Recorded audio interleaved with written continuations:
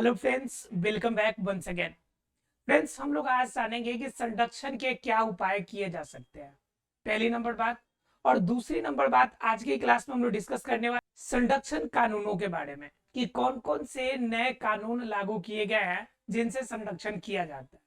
तो दो टॉपिक के बारे में डिस्कस हम लोग आज की क्लास में करने वाले हैं। एक नंबर की आपका संरक्षण के उपाय क्या क्या है, मतलब संरक्षण कैसे करना चाहिए, क्या करना चाहिए, और क्या हमारे नियम कानूनों के आधार पर क्या बनाया गया है कि संरक्षण के उपाय क्या क्या हो सकते हैं। ठीक है। और उसके बाद जानेंगे हम लोग संरक्षण के कानूनों के बारे में, नियमों के बारे में। ठीक है, चलिए बात कर लेते हैं पहले संरक्षण के उपाय के बारे में। संरक्षण का मतलब हो गया कि हम बात कर रहे हैं जैव विविधता के संरक्षण की, राइट। संरक्षण का मतलब क्या हो गया कि जैव विविधता के संरक्षण, जैव विविधता संरक्षण, यानी जैव विविधता के संरक्षण के बारे में हम बात कर रहे हैं। और इनके हम क्या करेंगे, उपाय के बारे में, जो उपाय हमारी गवर्नमेंट हमें अप्लाई करती है। देखिए, हालांकि अगर बात कीजिएगा फॉरेस्ट के बारे में, अर्थात कि वन के बारे में, तो इस पे जितने भी नियम कानून इस वन पे लगाए जाते हैं, ये सभी के सभी सेंट्रल गवर्नमेंट के द्वारा लगाए जाते हैं।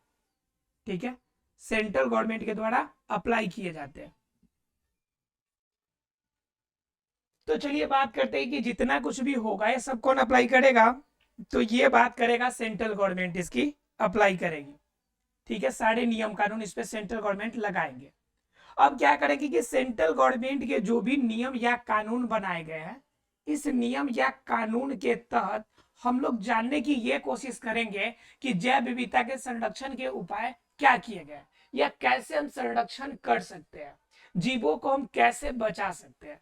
हमारा मोटो सिर्फ है कि जीव जंतुओं को बचाना, और जीव जंतुओं को जितना ज्यादा हो सके इस वातावरण, इस पर्यावरण को बनाए रखने में जितना ज्यादा सहयोग हो सके उतना ज्यादा सहयोग करना। ठीक है, तो पहले नंबर हम बात करेंगे संरक्षण के उपाय के बारे में।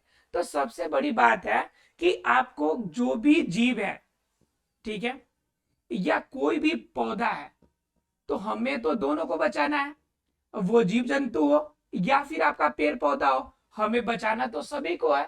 तो जीवों के संरक्षण के लिए क्या करना है कि हमें प्राणी उद्यान बनाना है। क्या बनाना है? प्राणी उद्यान बनाना है, राइट। प्राणी उद्यान बनाना है। जबकि पौधों के लिए अगर बात करें तो पौधों के लिए वनस्पति उद्यान बनाना है। मतलब एक प्रकार का कह सकते हैं कि एक प्रकार का ऐसा पार्क बनाना है, ठीक है, जिस पार्क के अंदर क्या किया जा सके, उन पौधों को संरक्षित रखा जा सके। ठीक है, तो वनस्पति उद्यान मतलब क्या, बोटेनिकल गार्डन। मतलब कि दो प्रकार के इंग्लिश में बात करें तो दो प्रकार के हो जाएंगे। एक तो हो जाएगा बोटेनिकल गार्डन, बोटेनिकल गार्डन, और दूसरा क्या हो जाएगा आपका, ये हो जाएगा आपका जूलॉजिकल गार्डन, जूलॉजिकल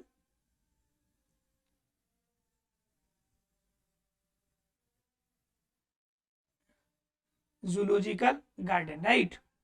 तो ये दो प्रकार के गार्डन बनाने के लिए कह रहा है ये कि पहला उपाय ये किया गया है कि हमें मालूम चल गया कि इन क्षेत्रों में पौधे ज्यादा है, ज्यादा जीव जंतु है, तो उन पौधों को, उन क्षेत्रों को प्राणी उद्यान के रूप में बदल दे, या फिर आप क्या कर दे, उसे वनस्पति उद्यान के रूप में बदल दे। और वनस्पति और प्राणी उद्यान के रूप में बदलने का मतलब होता है वह डायरेक्ट गवर्नमेंट के निगरानी में आ जाएगा, और उन क्षेत्रों को संरक्षित करने का जो अधिकार होगा वह गवर्नमेंट के हवाले हो जाएगा। जैसे बहुत सारे ऐसे जगह है जहां पे प्राइवेट तौर पे क्या बनाए जाते हैं, आपके पार्क्स बनाए जाते हैं। तो प्राइवेट पार्क जो होते हैं, जब उनके अंदर कुछ आपत्तिजनक या किसी भी तरह से संकट पड़ाए, कोई भी प्रजाति अगर मालूम चलती है, तो उनको तुरंत अंडर कवर गवर्नमेंट अपने अंदर कर लेती है। जैसे मान लीजिए कि जैसे बैंक्स के अंदर है कि बैंक्स अगर बेहतर आपका चल गया, जैसे प्राइवेट बैंक आज क्या है मार्केट में खूब चल रहा है, एक्सिस बैंक को पता होगा खूब चल रहा है आपका, ठीक है, आईसीआईसीआई बैंक अच्छा चल रहा है। तो ये बैंक्स क्या होते हैं, जब अच्छा चलेंगे ना, तो गवर्नमेंट कहती है कि इनमें लोगों का विश्वास ज्यादा है, आप क्या कर लीजिए कि आप अपना शेयर जितना लगाए हैं उतना हिस्सा गवर्नमेंट से लीजिए, और आपका जो शेयर होगा या जो बैंक होगा वह नेशनलाइज हो जाएगा। ठीक है, मतलब कि राष्ट्रीयकृत हो जाएगा। बात समझ में आ रही है? ठीक उसी प्रकार से अगर कोई संस्था चलाते हैं, नॉन गवर्नमेंट ऑर्गेनाइजेशन चलाते हैं, एनजीओ चलाते हैं, अगर ज्यादा अच्छा गया, लोगों को ज्यादा बेनिफिट हुआ, तो गवर्नमेंट उसे अपने अंडर कवर कर लेती है, अर्थात पीएसयू के रूप में, पब्लिक सेक्टर यूनिट के रूप में उसे अपना लेती है।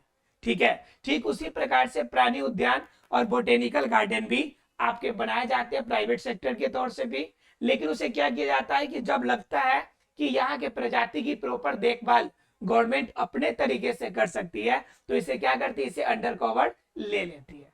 तो पहला काम यह है कि प्राणी उद्यान या वनस्पति उद्यान के बढ़ाकर जीवों को और पेड़ पौधों को संरक्षित करना, सुरक्षित रखना। दूसरा नंबर अगर बात किया जाए, अगर दूसरे उपाय की अगर बात की जाए, तो दूसरी उपाय क्या होगी कि जो भी पौधे या जीव, पौधे या जीव क्या, अगर आवश्यकता हो उन्हें, अगर संरक्षण की आवश्यकता हो, तो इंडिविजुअल भी उन्हें संरक्षण देने की कोशिश की जानी चाहिए। अगर कोई भी जीव हो या पौधे हो, अगर इंडिविजुअली उसे जरूरत है संरक्षण की, उन्हें ज्यादा सुरक्षा की आवश्यकता है, तो उन पौधों को या उन जीवों को आप संरक्षण दे सकते हैं, या संरक्षण देने की कोशिश किया जा सकता है, या संरक्षण दिया जा सकता है। इंडिविजुअल भी हमने बात किया एक बल्क में, मतलब कि ज्यादा अगर एक ही क्षेत्र में हो तो आप उसे प्राणी उद्यान बना लीजिए या वनस्पति उद्यान बना लीजिए। ये बात कह रहा है कि जब एक ही ग्रुप में कोई पौधा या जीव की जरूरत है, तो आपको उसे क्या करना है, संरक्षण देना है। ठीक है, संरक्षण देने के लिए यथासंभव जितना कोशिश कर सकते हैं आपको कोशिश करना है। ठीक है, उसके बाद अगर तीसरा नंबर बात की जाए, अगर कोई प्रजाति है, मान लीजिए कोई पौधा की प्रजाति हो या कोई जीव ही हो, कोई पौधा हो या फिर कोई जीव ही हो, अगर ये जैव विविधता के अंतर्गत रहता है, लेकिन इसकी स्थिति जो है बिल्कुल आपत्तिजनक है। कैसी है, आपत्तिजनक। आपत्तिजनक है। आपत्तिजनक मतलब क्या, संकट पड़ाए कंडीशन में, संकट पड़ाए कंडीशन में, मतलब कभी भी विलुप्त हो सकती है। तो उस कंडीशन में आप क्या करेंगे, उस कंडीशन में आपको क्या करना है कि इन पौधों और इन जीवों को संरक्षण देकर आपको उसे आगे बढ़ाना है, यानी कि इंडिविजुअलिटी को भी आगे बढ़ाना है। अगर नहीं भी कर सकते हैं, तो इन पौधों और इन जीवों को आप, अगर इंडिविजुअल है तो आप इसे जरूर संरक्षित करें, ताकि और अगर इसे हम बढ़ा ना सके, तो बढ़ाने के क्रम में हम इनका क्या कर सके कि जीन बैंक के रूप में इसका इस्तेमाल कर सके। किसके रूप में इस्तेमाल कर सके, जीन बैंक के रूप में। तो जीन बैंक फिर क्या होता है भाई, तो जीन बैंक दरअसल क्या होता है कि आपको पता होगा कि क्लोन बनाया जाता है, ये पता है आपको, क्लोन बनाया जाता है। क्लोन पता है आप लोग को बारे में? क्लोन का मतलब होता है किसी चीज का फोटो कॉपी, टू कॉपी। ठीक है, जैसे देखिए, ये देखिए, ये ए है और टू कॉपी ए भी ए बन गया। तो इनसे हम जब ये बना लिए, तो इसे हम कहेंगे क्लोन। इसे क्या कहेंगे, क्लोन कहेंगे। क्लोन का मतलब क्या होता है, क्लोन का मतलब होता है टू कॉपी, मतलब बिल्कुल सेम टू सेम, वैसे ही जैसा है उसी तरह का जब मैटर बनाया जाएगा, तो उसे हम बोलेंगे क्लोन। और क्लोन बनाने के अलग अलग तरीके, जिसमें हमने आपको क्या बताया था, जिसमें मैंने आपको बताया था टिश्यू कल्चर के बारे में, मैंने बताया था आपको कि टिश्यू कल्चर से भी हम पौधे को बना सकते हैं, जीवों को बना सकते हैं। तो कंडीशन बहुत सारे ऐसे होते हैं, इन कंडीशन में हमारा जो जीन बैंक है ये बहुत बड़ा वर्क करता है।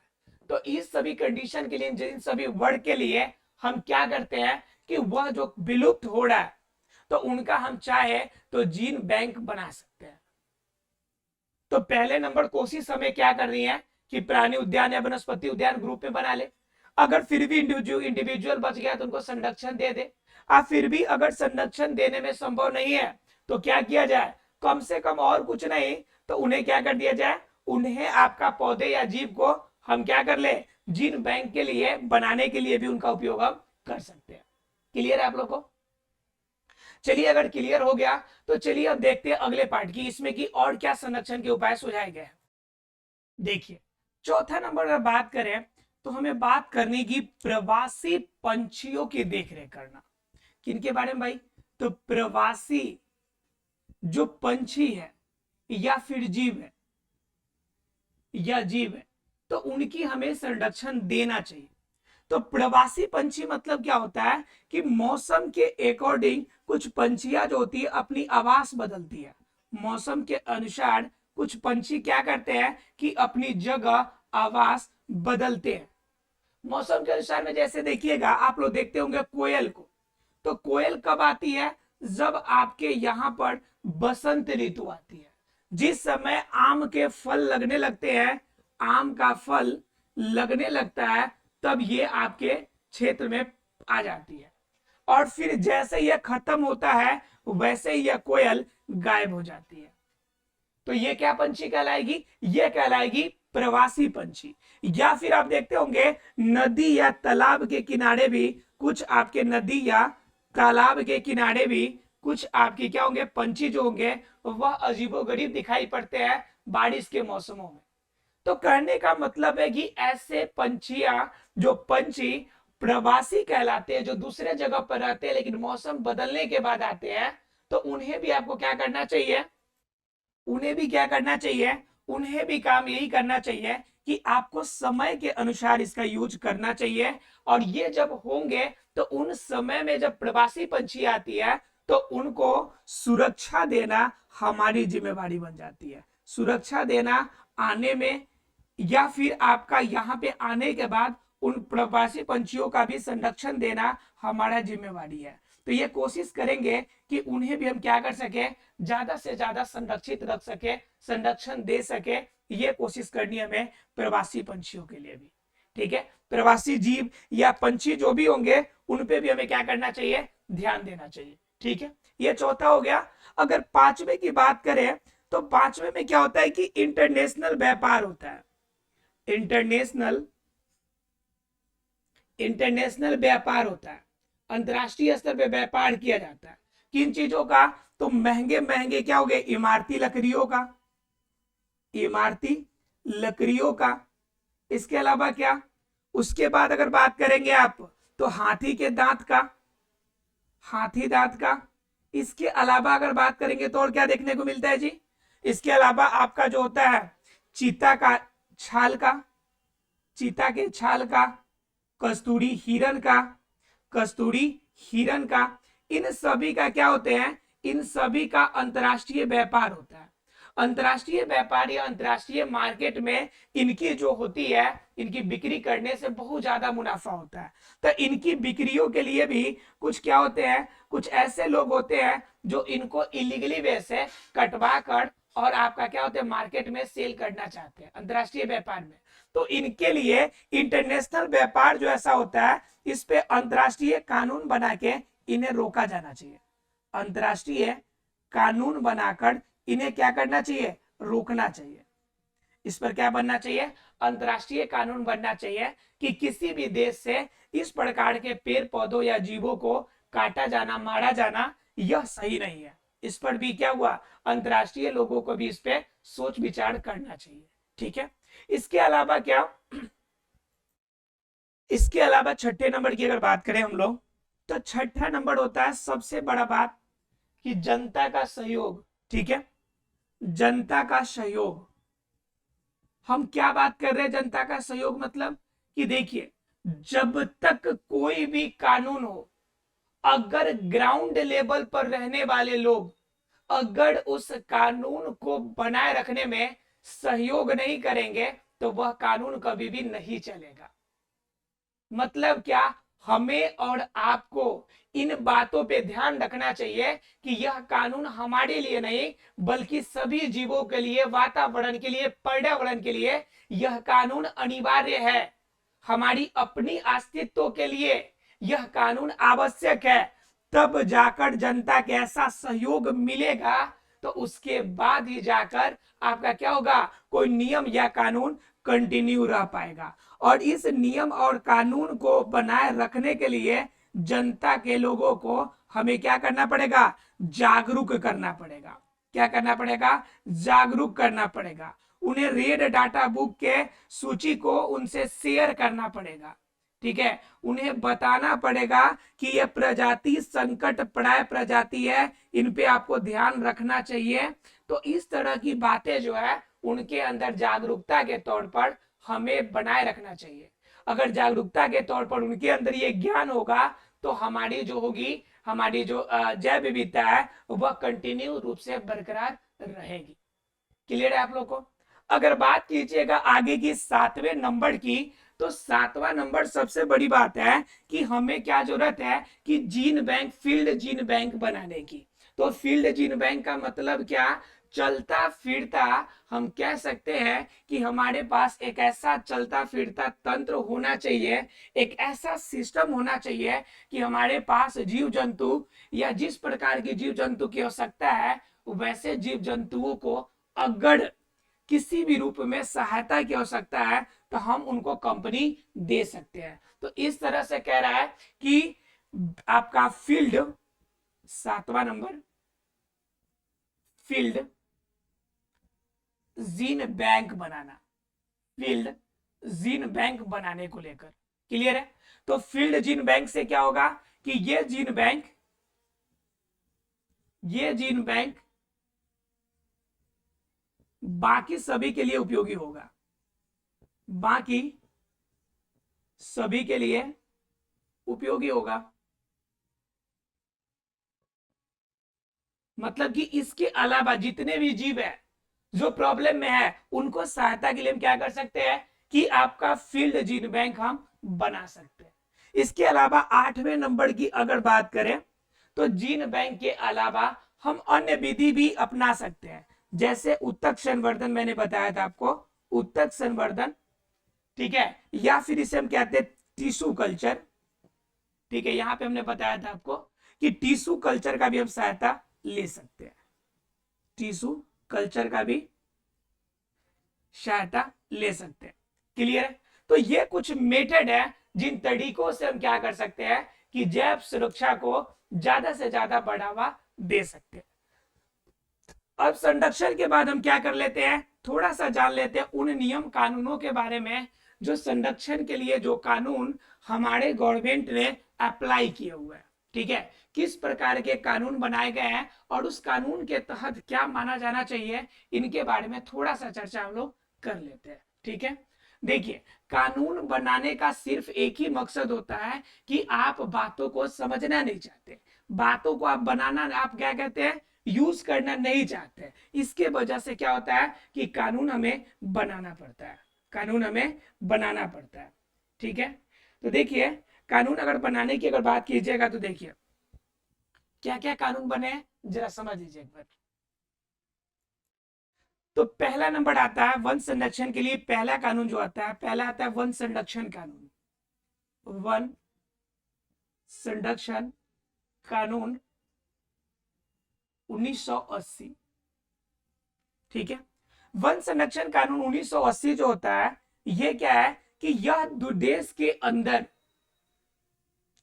पूरी जो वन क्षेत्र है उन वन क्षेत्रों को सुरक्षित करने के लिए बनाए जाते हैं, वन क्षेत्र को सुरक्षित करने का। अब किसी भी क्षेत्र में इसमें सुरक्षित करने के लिए बनाया गया, पहल किया गया, इसमें किसी प्रकार के कार्य के लिए केंद्र सरकार की अनुमति जरूरत होती है, केंद्र सरकार से पूछना पड़ेगा, केंद्र सरकार अनुमति देगी तब भी जाके आप कुछ कर सकते हैं, केंद्र सरकार की अनुमति चाहिए। ठीक है, इसके लिए क्या बनाया है कानून, तो केंद्र सरकार ने बनाया है और इनका क्षेत्रीय कार्यालय भी बनाया गया है, इनके क्रियाओं को बेहतर देखने के लिए क्षेत्रीय कार्यालय बनाए गए हैं। क्षेत्रीय कार्यालय की अगर बात कीजिएगा तो कुल 6 क्षेत्रीय कार्यालय बनाए गए हैं। कितने बनाए गए हैं, कुल 6 क्षेत्रीय कार्यालय बनाए गए हैं, जिनमें आपका प्रमुख कौन कौन है, एक दो का शेयर कर लेते हैं, जैसे बेंगलोर हो गया, ठीक है, भोपाल में एक है, भुवनेश्वर में है, भुवनेश्वर में है, भुवनेश्वर के अलावा और कहाँ मिलेगा आपको? चंडीगढ़ में देखने को मिलेगा एक, चंडीगढ़ में, एक आपका लखनऊ में है, नवाबों का सर, नवाबों का सर का लखनऊ,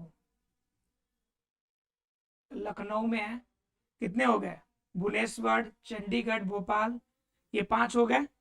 इसके अलावा एक और है, शायद दिल्ली में एक और है, वो है शिलोंग में। कहां पे है? शिलोंग में। ठीक है, तो ये 6 क्या है? क्षेत्रीय कार्यालय है। किसके? तो वन संरक्षण कानून 1980 के अंतर्गत ये 6 आपका क्षेत्रीय कार्यालय है, जहां के द्वारा ये पूरी की पूरी डायरेक्ट की जाती है। क्लियर? इसके बाद आता है कि अगला कानून, ये पर्यावरण संरक्षण का कानून है, पर्यावरण संरक्षण कानून। अब तो देखिए, वन संरक्षण कानून, वन संरक्षण कानून कब लगा? तो 1986 में। ये क्या करता है भाई? तो इन्होंने क्या किया कि 1980 में या इनसे पहले जो भी कानून, जो भी नियम लगाए गए थे, उन कानूनों के अंदर जो कमी थी, उन कानून को सही करने का काम किया गया, सही करने का उपाय सही करने का उपाय किया गया। क्लियर है?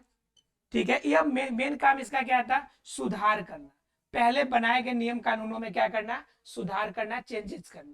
क्लियर है? ये चेंजेस के लिए बनाया गया था। क्लियर है आप लोग को? उसके बाद अगर बात करें हम लोग, उसके बाद 1988 में आया राष्ट्रीय वन नीति, राष्ट्रीय वन नीति। एग्जाम में क्वेश्चन आएगा, श्योर है कि तीनों में से एक फिक्स है कि आएगा, 1988, और कुछ नहीं तो ऑब्जेक्टिव में जरूर पूछ देगा। राष्ट्रीय वन नीति कब आया? 1988 में। इसके अंतर्गत क्या है कि जितने भी राष्ट्रीय वन आच्छादित क्षेत्र है, कि कितना क्षेत्र फैला हुआ है, जैसे कहा जाता है ना कि सबसे ज्यादा क्या है प्रतिशत के हिसाब से, मेघालय में सबसे ज्यादा आपका क्या है? मेघालय में सबसे ज्यादा वन है। क्षेत्रफल की दृष्टि से सबसे ज्यादा वन कहां पे है? तो आपका कहां देखने को मिलेगा? मध्य प्रदेश में, मध्य प्रदेश में।